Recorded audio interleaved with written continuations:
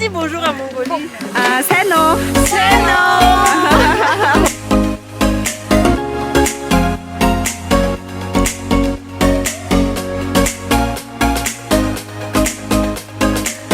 Клэнимэн.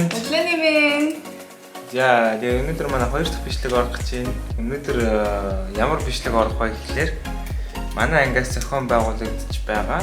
Тэгээ эхнэрүүдийн өдөрлөг цацаа явах гэж байгаа. Тэгээ тэрний тухай бичлэг хийх хэрэгтэй юм яриа. Тэгээд өглөөд эрсдлэн босчоод ажилдаа явахаас өмнө өглөөний хан цайг уугаад байж юм.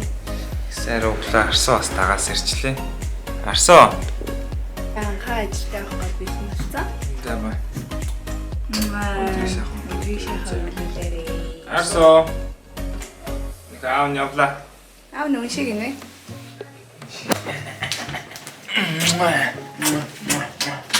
Bye bye. Аав нь хайж байгаа Арсуу. Ямар шахчихлаа. Бомбон ажилдаа явах гэж байгаа мó. За.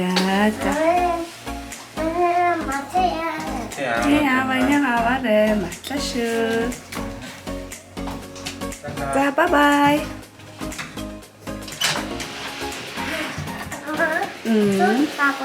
За, тэгээ.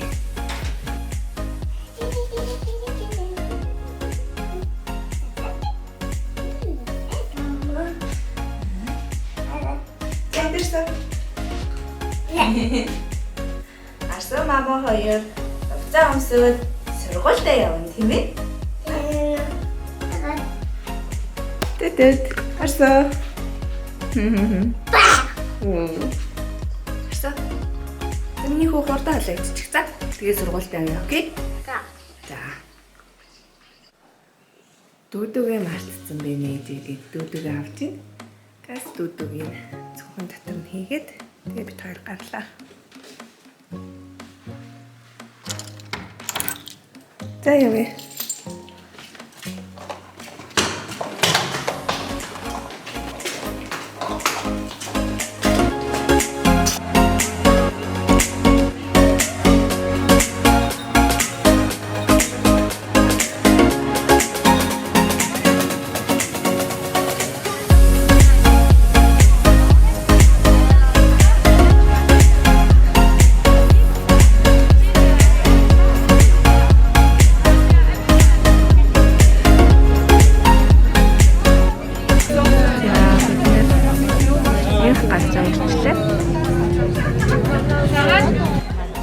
Нэр авч байгаа мэн. Өөрөөсийнхөө нэрийг аваад ингэртэй наачууд нэгэнтэй харьцаад илүү амар гэж байна. За өглөөний цай ууж байна. Кофе.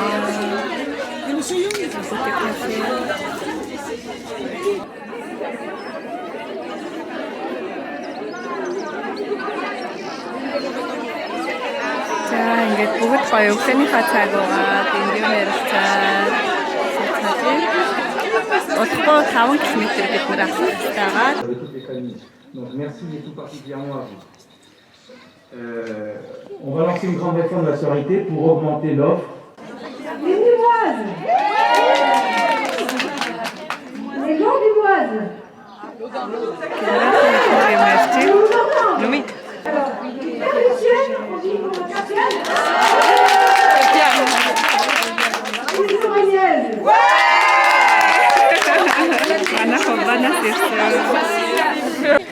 Группээр хуваагдсан.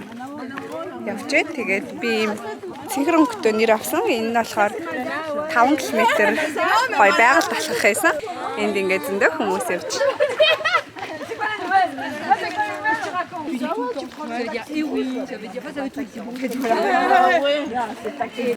Энд зарим нэг зэргүүд ирж зураг аваад явж.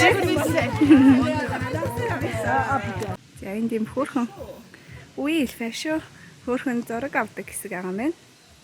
Сая зураг дараалчлаа.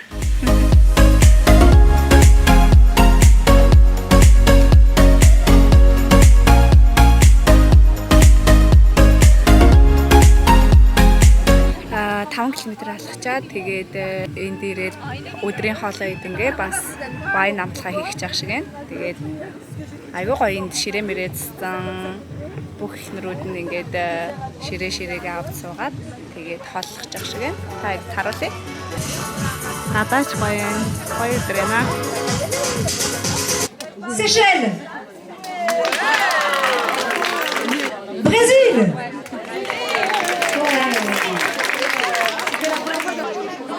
Cambodge. Pologne. Ukraine. Qu'est-ce qui n'a pas été dit encore?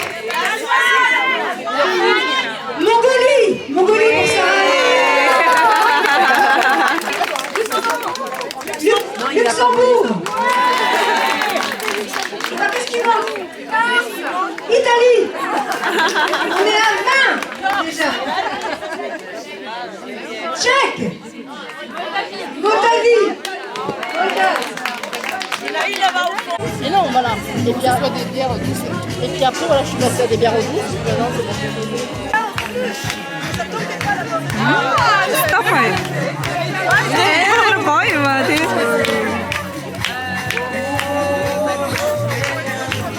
Оо, станер бүгд нэгтэй байж тийм бүгд гэж байна. Тийм, ямар мондөг.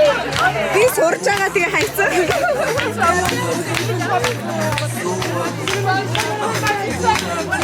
Өдрийн хатаа эцгээсээ одоо бид гоё десерт идгээд ингээд очиртаа цуцгааж байна. Ями. Et lui, c'est pour faire. Ok. Ça, c'est quoi le je vais prendre un deuxième. Ah, tu consommes? Бэлэг өгцгөөж ихнэрүүд нь тэдийг хөөрхөн бэлэг. Тэгээд саран цэцэрлэг гэсэн нэртэй дотор нь хөвний оронд нүрээ угаачаад энэ даавуугаар гоё цэвэрлдэг юм даавуу гэсэн мэ.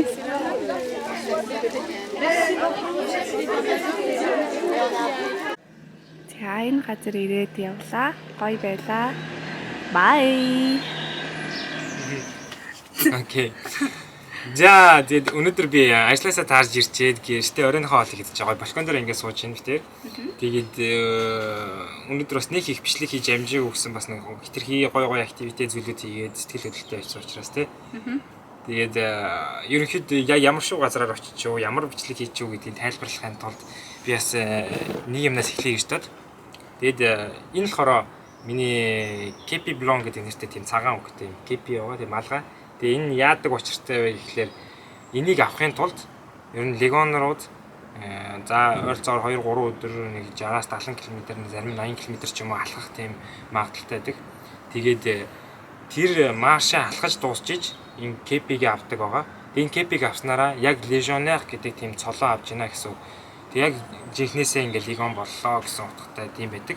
Тэгээд энэ малгайгаа болохоор би өнөөдрийн тэр цацаагийн очсон газрын тэр Сан Виктуар гэдэг тэр уулаас эхэлж ингээ алхаж исэн болохоор энийг ярьж байгаа. Тэгээд тэр уулынх нь ингэрт байдаг, урд ингэрт байдаг. Пулибие гэдэг жижиг хотод тийм жижиг тосгон байгаа. Тэгээд тэр жижиг тосгонд байдаг тийм легоны асрамжийн газарт очисон өнөөдөр. Тэр асрамжийн газар нь болохоор яагаад байгуулагдсан бэ гэхлээр 1950-ад оноос ерөнхийдөө Андошины дайн гэж ярьдаг Францаар тэр дайнд ерөнхийдөө легонуудыг маш ихээр явуулж исэн учраас сэтгэл санааны болон бие махбодны хувьд бэртэж гэмтэж ирж исэн цэргүүд зөндөө байсан учраас тухайн үед 1953 оны 10 сарын 12-нд Батлам галахын сайд байсан Рене Плефан гэдэг хүний тушаалаар тийм байгуулагдсан тийм байгууллага. Харин одоогийн байдлаар болохоор тэр хийж байгаа үйл ажиллагаа гэх юм бол ойролцоогоор 120-од хүн асрамжинд байгаа. Тэгээд тэднийг асарч хамгаалж байгаа мөн бас тэр нэг асрамжинд байгаа хүмүүсээс өөрсдийн дур сонирхол болон хүслээрээ тэнцээ ажилтдаг, ажлаа үргэлжлүүлээд ингээ хийдэг бас нэг гар урлалт ингээ тус нэмрээ оруулж байгаа тийм хүмүүс байдаг. Өнөөдөр явсан шалтгаан нь олон нийтэд нээлттэй гэдэг утгаараа тийм легоны бүх цаг үеийн тийм дөрөв туцны музей байдаг. Тэрийг хүмүүс ингээ үзэх боломжтой. Бас дээрэс нь гар урлалын тийм жижиг цех байдаг. Тэр цех нь болохоор жижиг тийм легоны юм сүвнэрүүдийг хийгээд хийсэн сүвнэрүүдээ тийм зарж борлуулдаг бас тийм жижиг сүвнэрийн дэлгүүртэй. Тэгээ бас өнөөдөр очоод цацаас нөгөө вайн авчирсан байлээ тэнчэнээс. Тэгээд ямар вайн вэ гэхлээр би одоо ингээд ягч байгаа шалтгаан болохоор ингээд Легоны вайн байгаа. Тэгээд та нарт ингээ харуулъя. Лежон айтхан жаа гэж бичсэн.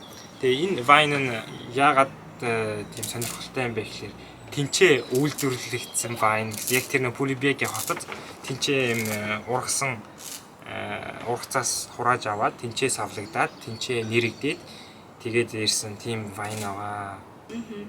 Харин тийм билээ. Тэгээд биднээс нөгөө вино амтлагаа хийсэн. Тэгээд нэг том одоо цэрэг нь гарч ирээд ингээл одоо ийм амттай ийм сортноос гаргаж авсан гэж вайнаас тайлбарлаж өгч ийсэн. Тэгээд бид хоёр ерөнхийдөө бас Легоны вайныг ингээд гэртээ аваад тавьсан байдаг. Энэ улаан өнгөтэй, цагаан өнгөтэй, ягаан өнгөтэй гэд олон төрлийн вайнууд идэм билээ. Бид хоёр заримдаа найз нөхдийн хороо зочлохдоо ингээд жоохон онцгой хүмүүстэй гоё Легоны вайнуудаар бас бэлэг ярьдаг байгаа. Тэгээд тэрнээс гадна манай нөгөө өнөөдрийн хөтөлбөрийн төгсгөлд нь тэнд очисон эмэгтэйчүүдэд гоё юу өгсөн? Бэлэг өгсөн. Бүгдэнд нь тусгаалаад бэлдсэн. Тэгээ би тэрийгээ болохоор задлаагүй та эцтэйгээ гоё хамтдаа задлая гэж бодоод аваад ирсэн байгаа. Тэгээд эхлээд болохоор нэг юм ном өгсөн. Тэгээд энэ номынх нь нэр нь болохоор миний анхны цэргийн одоо өдөрлөг гэсэн нэртэй. Тэгээд хүүхдтэй уншиж өгөөрэй гэж ийсэн. Энийг тэгээд дараа арсад уншиж өгье. Тэгээд хоёр дахь бэлэг нь болохоор юм амар хөөрхөн миний нэртэй дээрээ ингээд саван дээрээ саран цэцэрлэгээ бичсэн. Тэгээд дотор нь болохоор юм гар аргаар хийсэн ийм нөгөө хөвгний оронд угаагаад ашиглаад ээж болохоор тийм хөрхөн алчуур бэлгэлсэн байгаа. Харин одоо хамгийн сүүлийнх нь бэлэг бол үнэхээр онцгой бэлэг. Өнөөдөр манай сэдвийн гарчиг болохоор бас энэ бэлэгтэй маань айгу уялдаа холбоотой байгаа. Тэрний юу вэ гэхлээр жирэн ийм картагаа. Энэ карт нь болохоор одоо цэргийн эхнэрийн жор гэсэн нэртэй юм картагаа. Тэгээ дотор нь болохоор ингээд би бичсэн жороо болохоор ингээд уншиж монголоор тайлбарлаж хэлье.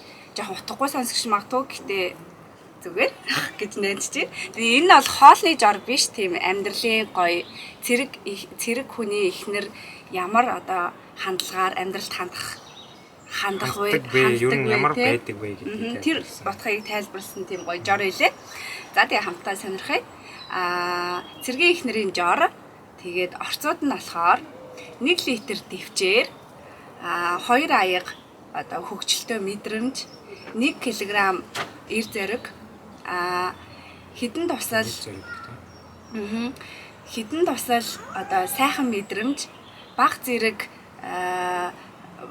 одоо сул талуудаа шүүгээд шигшээд дээрх бүх орцуудаа ингээд хооронд нь хутгаад 2 халбаг тохооны тос болон хідэн тусал одоо давсархаг нөлмөс нэмээд тэгээд эдгээр зүйлсээ болохоор ингээд юугаар одоо мөнгөөр хучаад баг зэрэг мөнгөөр ингэж хучаад тэгээд одоо тэднийг ирэхэд бэлнэ үү гэж тэгжилээ л да. Тэгээд одоо бэлдсэн энэ орцоо одоо нөгөө одоо цэрэг нөхрүүдээ буцаад явтал нь одоо гоё халуун дулаан 200 градусд хадгалаарай гэсэн байна. Тэгээд яг эцэст нь болохоор ингээд юу үргэлж ийм гоё шаржгансан мэдрэмжтэй гоё амьдралаа гоё амтлаад авч яваарай гэсэн утгатай юм болоо да. Тэгээд энийг тайлбарлаад одоо хэлвэл юу вэ гэхлээр цэрэг хүмүүсийн эхнэр энгийн одоо тий жирийн ажил хийдэг хүмүүсийн эхнэрээс арай жоох ялгаатай гэж харж үздэг. Яагаад гэвэл ингээ үздэг байх. Яагаад гэвэл ингээд маа нөхрөөд цэргүүд маань ингээд тэр болгон гэртээ бас байдаггүй.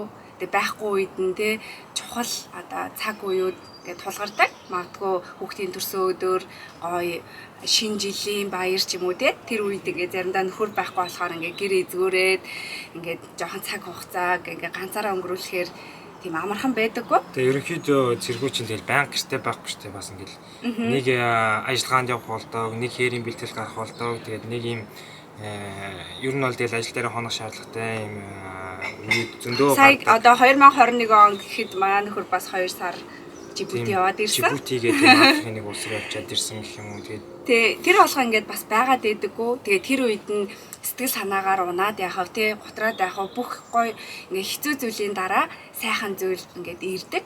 Тэрийг гоё ингээд төвчээртэй, ир зоригтой тэ гоё ингээд хүлээгээ төвчж өнгөрөөгөөд хамтдаа байгаа цаг хугацаагаа илүү гоё тийм аз жаргалтай байлгаарай гэсэн үүднээс одоо энэ гоё жорыг ингээд биднэрт гоё одоо сэтгэлийн дэм өгөхгүйд бичиж одоо ингээд бэлгэлсэн гэх юм уу. Тэгээ биний гоё дараа нь өөрийнхөө нүдэнд ингээд харагдах газар гоё ингээд тавья гэж бодсон. За тэгээд өнөөдрийн одоо гоё өдөрлөгт яваад ирлээ. Гоё газар ажиллагийн мэн манай нөхөр бас тэрийг одоо мэдэж авлаа. Өмнө жоохон хол идэг ахт бас яг тэр олон ажлыг мэдээд идэг байсан. Тэгээд лиган зөвхөн одоо нөхөр маань цэргээс гадна гоё эхнэрүүдэд зориулсан маш олон үйл ажиллагаанаар явагддсан байлээ. Би энэ өдөрлөгөөс гадна нас олон үйл ажиллагаануудад очиж исэн. Тэгээд тэнд бас л яг ингээд олон улс орны эмэгтэйчүүд байгаа. Бид нар яг нэг одоо Франц улсын хэл, соёл заншил суралцгаагаад тий ард амьдралаа авч явж байгаа тийм эмэгтэйчүүд байгаа. Тэгэхээр ингээ хоорондоо ойлголцоход илүү амархан байсан. Тэгээд одоо өнөөдрийнхөө бичлэгийг дуусгахгүй. За тэгээд бүгдэнд нь ад жаргал сайн сайхны хүсье рүү дараагийн бичлэгээр уулзцгаая. Баярлалаа. Bye.